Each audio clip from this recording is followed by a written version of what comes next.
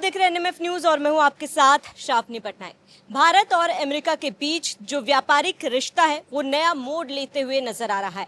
जहां एक तरफ टैरिफ वॉर को लेकर लगातार भारत और अमेरिका के बीच बातचीत का दौर जारी है, लेकिन अब बेसलाइन टैरिफ को लेकर भारत ने अमेरिका के सामने एक नई डिमांड रख दी है और ये साफ कर दिया है कि अगर अमेरिका ये टैरिफ हटाता है तभी भारत अमेरिका के साथ व्यापारिक रिश्ता आगे बढ़ाएगा। क्या है बेसलाइन टैरिफ, क्या है भारत का वो डिमांड, उस पर विस्तार से चर्चा करेंगे। मेरे साथ मेरे सहयोगी अभिषेक पुंडिर जुड़े हुए। अभिषेक, क्योंकि लगातार भारत और अमेरिका के बीच टैरिफ को लेकर बातचीत जारी है, दोनों की तरफ से कई डिमांड्स एक दूसरे के सामने रखे जा रहे हैं, लेकिन फिलहाल भारत ने बेसलाइन टैरिफ को लेकर जो संदेश दिया है उसमें साफ है कि भारत तो फिलहाल अमेरिका के सामने झुकने वाला नहीं है। बेसलाइन टैरिफ क्या है अभिषेक, और इसके साथ ही तमाम चीज़ों को कैसे समझे?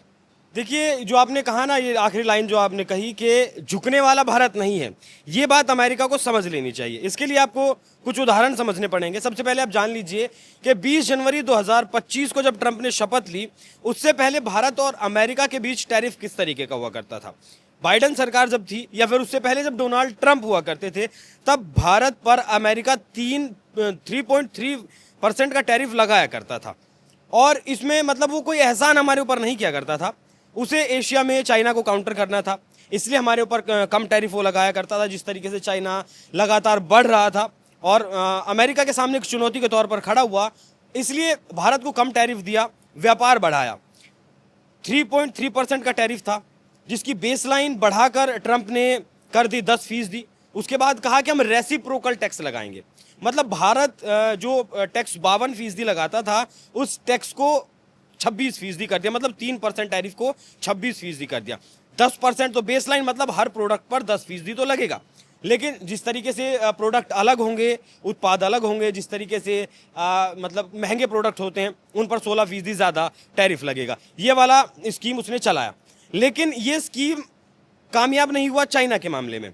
चाइना और अमेरिका की अगर आप बात करें तो लगभग $500 बिलियन का दोनों के बीच व्यापार है, और मतलब दोनों के बीच तलखी इतनी आई कि अमेरिका ने चाइना के ऊपर 145% टैरिफ लगा दिया।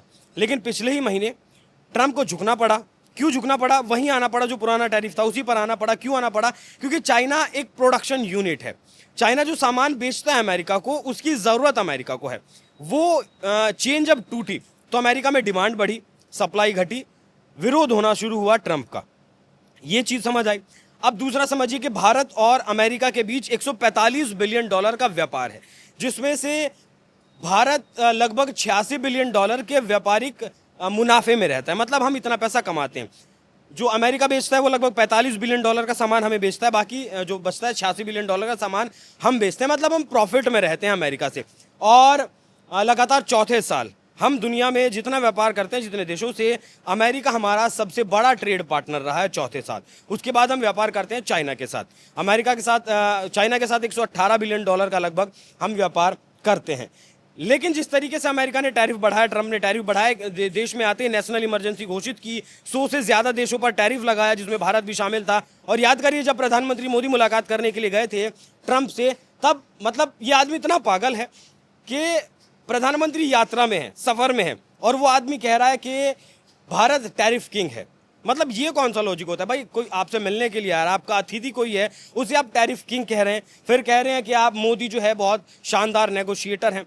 लेकिन ट्रंप अब समझ गए जो उनकी नीतियां हैं वो कामयाब नहीं होने वाले, क्योंकि अमेरिकी कोर्ट का भी अभी एक डिसीजन आया जिसमें उसने कहा कि आप मतलब सिर्फ टैरिफ बढ़ाने के लिए देश में नेशनल इमरजेंसी घोषित करके टैरिफ नहीं लगा सकते। हालांकि अप्रैल की अगर मैं बात करूं तो लगभग $16.5 अरब का मुनाफा कमाया है अमेरिका ने ये टैरिफ लगाकर। लेकिन अब वैसा नहीं होगा। पिछले ही महीने भारत ने WTO को, वर्ल्ड ट्रेड ऑर्गेनाइजेशन को, एक लेटर लिखा जिसमें उसने साफ कर दिया कि अमेरिका ने जिस तरीके से हमारे ऊपर टैरिफ लगाया है वो सही तरीका नहीं है। आप जब भी टैरिफ बढ़ाएंगे किसी देश के ऊपर तो आप एक प्रोटोकॉल अपनाएंगे, एक लेटर जारी करेंगे, उस देश को इन्फॉर्मेशन देंगे कि हम इन प्रोडक्ट्स पर आपके टैरिफ बढ़ा रहे हैं। लेकिन अमेरिका ने वैसा नहीं किया, सिर्फ आदेश दे दिया। लेकिन भारत ने इसी का जवाब देने के लिए 29 प्रोडक्ट्स पर, भारत से जो जाते हैं उन पर टैरिफ बढ़ाने की बात कही और बाकायदा WTO को लेटर जारी किया कि हम जुलाई से ये बढ़ाएंगे। जुलाई से क्यों बढ़ाएंगे? क्योंकि 9 जुलाई से ही ये जो 26% वाला टैरिफ है, 10% बेस लाइन और 16% का जो टैरिफ है, मेन टैरिफ जो है, वो 9 जुलाई से लागू होना है।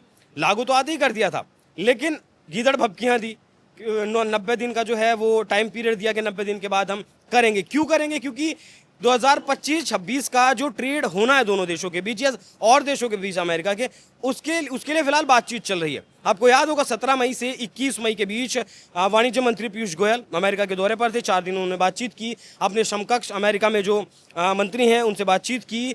और मुझे ऐसा लगता है कि ट्रम्प सिर्फ दबाव बनाने की राजनीति कर रहे हैं कि जिससे कि ज़्यादा से ज़्यादा टैरिफ बढ़ाया जा सके। अब एक छोटा सा एग्जाम्पल आप समझिए।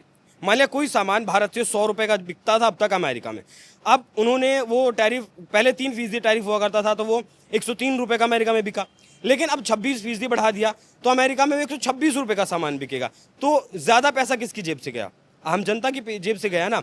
वहीं दूसरी तरफ ये आदमी इतना पागल है, समझिएगा, महंगा सामान अपनी जनता को मिल रहा है। एक वन बिग ब्यूटीफुल बिल लेकर ये आदमी आया, जिसमें इसने कहा कि मेरी महत्वाकांक्षा है कि मैं लोगों के ऊपर से जो टैरिफ लग रहा है, जो टैक्स, इनकम टैक्स देते हैं, वो तो घटा दूं, लेकिन जो सुविधाएं दी जा रही हैं लोगों को वो बढ़ा दी जाएं। मतलब आप टैक्स कम कर देंगे, सुविधाएं अगर बढ़ाएंगे तो पैसा कहाँ से जाएगा? जो देश के भीतर खजाना है उसी से पैसा जाएगा ना।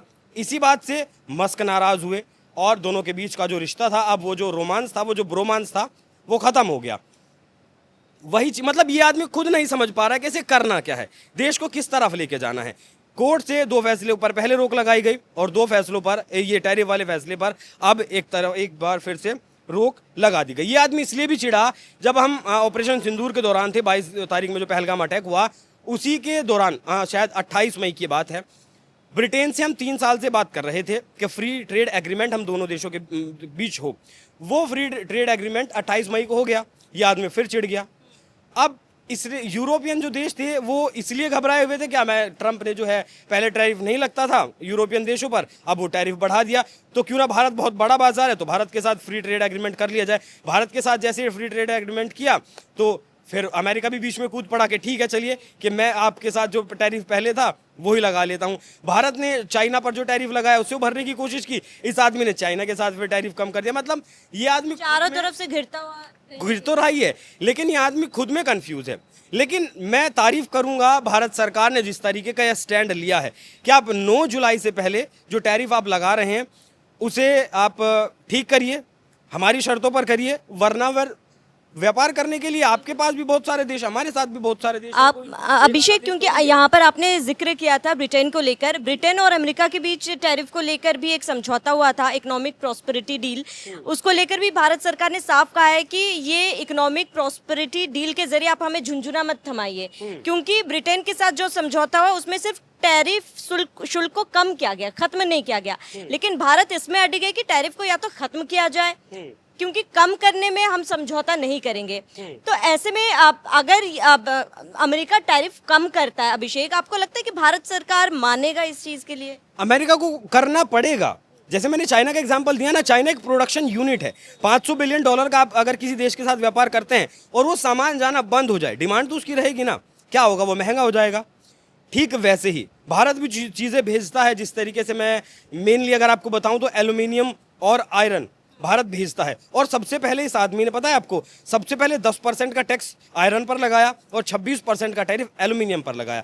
लेकिन फिर क्या हुआ भाई, डिमांड तो रहेगी ना, डिमांड तो कम नहीं होगी, फिर 90 दिन के लिए इसको होल्ड कर दिया। तो मुझे ऐसा लगता है जिस तरीके से पीयूष गोयल गए थे वहाँ और जिस तरीके से 5 दौर की बातचीत भारत और अमेरिका के बीच हो चुकी है, तो जो टैरिफ पहले 3.3% का हुआ करता था वो मैक्स टू मैक्स 5 से 6% का जा सकता है।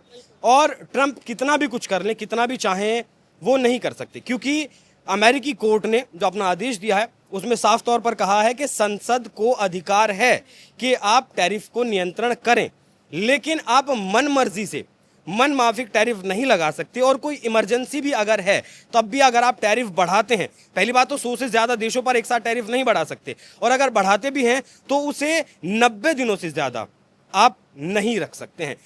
ट्रंप की चिड़ एक और है, अभी आपको याद होगा मिडिल ईस्ट का दौरा किया था ट्रंप ने, वहाँ से क्या किया आपने, देखिए $600 बिलियन लेकर गए सऊदी अरब से, $1.2 ट्रिलियन लेकर गए कतर से, यूएई से भी लगभग 200-300 ट्रिलियन लेकर गए। मतलब $2-2.5 ट्रिलियन ये आदमी लेकर चला गया। मस्क को भी साथ लेकर आया, हालांकि वहाँ कोई प्रोजेक्ट नहीं दिलवाया, डेटा सेंटर एआई का यूएई में लगाना था, डील करनी थी, लेकिन वो मस्क को नहीं दिलवाई, ओपन एआई को दिलवा दी, वो एक मसला अलग है। तो make America great again, America को अगर बनाना चाहता है ट्रंप, तो मोदी भी या फिर भारत सरकार भी भारत को ग्रेट बनाने की दिशा में काम कर रहे हैं। ये आदमी चिढ़ता इसलिए भी है क्योंकि अब इससे जो हथियार हम पहले खरीदा करते थे अमेरिका से, जैसे हमारा C-117 ग्लोब मास्टर है, माल विभाग विमान है, वो अमेरिका का है। ये आदमी चाहता है कि ये हमें F-35 बेचे, लेकिन खुद ही आदमी उसे कबाड़ बता चुका है, एलन मस्क भी कबाड़ बता चुके हैं। हमने क्या किया, हमने खरीदा राफेल। कहाँ से खरीदा? फ्रांस से खरीदा। अब फिर 26 राफेल मरीन की हमने डील की 62,000 करोड़ में, वो भी हमने किससे की? फ्रांस से की।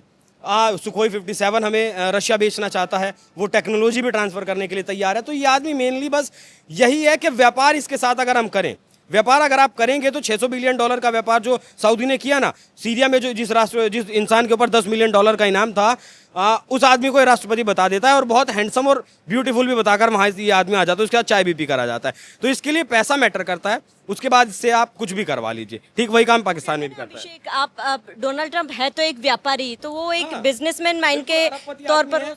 और दोनों मस्क और ट्रंप का विवाद ज्यादा क्यों हुआ? क्योंकि दोनों अरबपति आदमी, दोनों व्यापारी आदमी है, दोनों बिटकॉइन चलाते हैं, ट्रंप भी चलाता है और जो है मस्क भी चलाते हैं। तो यही अब टैरिफ जो इलेक्ट्रॉनिक व्हीकल्स हुआ करते थे अमेरिका में, अमेरिकी सरकार उस पर सब्सिडी दिया करती थी।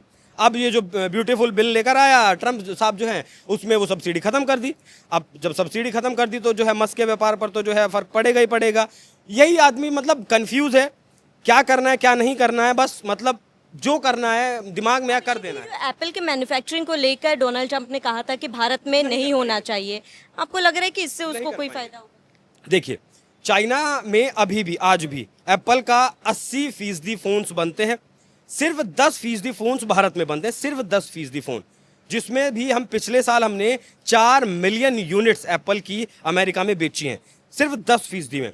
10% बाकी वियतनाम और एक दो देशों में और चलता है। ये सप्लाई यूनिट ऐसे ही शुरू नहीं हुई, पिछले मतलब 5 साल पहले ये जो है आए यहाँ, एप्पल की कंपनी भारत में आई, उसने अपना काम शुरू किया, पहले असेंबलिंग शुरू की 3 यूनिट्स में, अब 2 यूनिट्स में काम चल रहा है जहाँ प्रोडक्शन भी होगा। तो मतलब 5 साल लगे हमें पिछले साल तक यूनिट ट्रांसफ़र करने में, माल बनाने में, सिर्फ असेंबलिंग करने में 5 साल लगे। अब देखिए चाइना में जो एक एप्पल iPhone 16 256 की अगर मैं बात करूँ, एक मोटा मोटी से एग्जांपल लें, तो चाइना में उसकी कीमत बनने में आती है $1,000। भारत में अगर वो असेंबल होता है, बनता है, तो उसकी कीमत आती है $1,250। थोड़ा सा महंगा हो गया। लेकिन अगर अमेरिका में फ़ोन बनेगा तो उसका जो लागत है वो आएगी $3,000। मतलब अगर आप यहाँ एक फ़ोन को 1 लाख रुपए में खरीद रही हैं और वो फ़ोन अगर अमेरिका से बनकर आता है तो उस फ़ोन को आप 3 लाख रुपए में खरीदेंगे।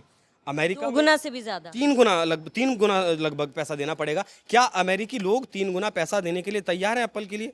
ये ट्रंप साहब कम से कम अपने लोगों से पूछें तो सही, बिल्कुल किसी भी कीमत पर नहीं कर पाएंगे।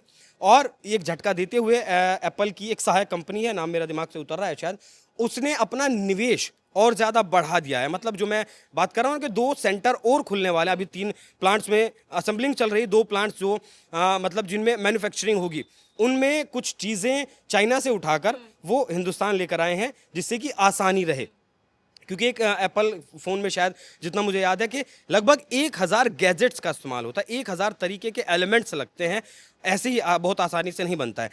अगर एप्पल का प्रोडक्शन भारत से उठकर जाता है, पूरा प्रोडक्शन जाता है अमेरिका में, तो इस सप्लाई चेन को बनने में, अगर 2025 में यहाँ से उखड़कर अमेरिका जाता है तो 2035 में आप सप्लाई शुरू कर पाएंगे। और जो मतलब 40 लाख फ़ोन हमने अमेरिका में भेजे और लगभग पूरे यूरोप का 60% का ज़रूरत का 60% हमने भेजा यूरोप में, भारत में बना हुआ फ़ोन, उसका पूर्ति कैसे करेंगे ट्रंप?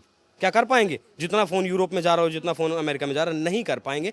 तो ये मतलब ट्रेड में थोड़ा सा टैरिफ बढ़ाने का दबाव लगा लीजिए आप, या फिर मतलब ज़्यादा से ज़्यादा पैसा नोच ले आए आदमी, उसके लिए दबाव बना रहा है, बाकी होगा कुछ नहीं। एप्पल यहाँ से एप्पल का यूनिट नहीं जाएगा। बिल्कुल अभिषेक, एक आखिरी सवाल कि जिस तरीके से भारत ने अपना रुख क्लियर कर दिया अमेरिका के सामने कि अगर समझौता हुआ तो टैरिफ खत्म किया जाएगा, इस पर कोई किसी भी तरीके के बार्गेनिंग नहीं की जाएगी, ऐसे में आपको लग रहा है कि क्या ट्रंप ने जो टैरिफ कार्ड खेलने की कोशिश की है, इससे भारत एक स्मार्ट ट्रेड डील के साथ निखर के सामने आएगा? स्मार्ट ट्रेड डील तो हम कर ही रहे हैं, क्योंकि नेगोशिएशन की 5 दौर की बातचीत का मतलब है कि हम अपनी शर्तों पर अड़िग हैं। अगर हमें उनकी शर्तें माननी होती तो 1-2 मुलाकात जो हुई, 1-2 दौर की जो मुलाकात हुई, उसमें फैसला हो गया होता, लेकिन 5 दौर की मुलाकात हुई है और चीज़ें फाइनल नहीं हुई है। अभी ऐसी उम्मीद जताई जा रही है कि अभी 2 दौर की बातचीत, अभी 2 फेज में बातचीत और होगी।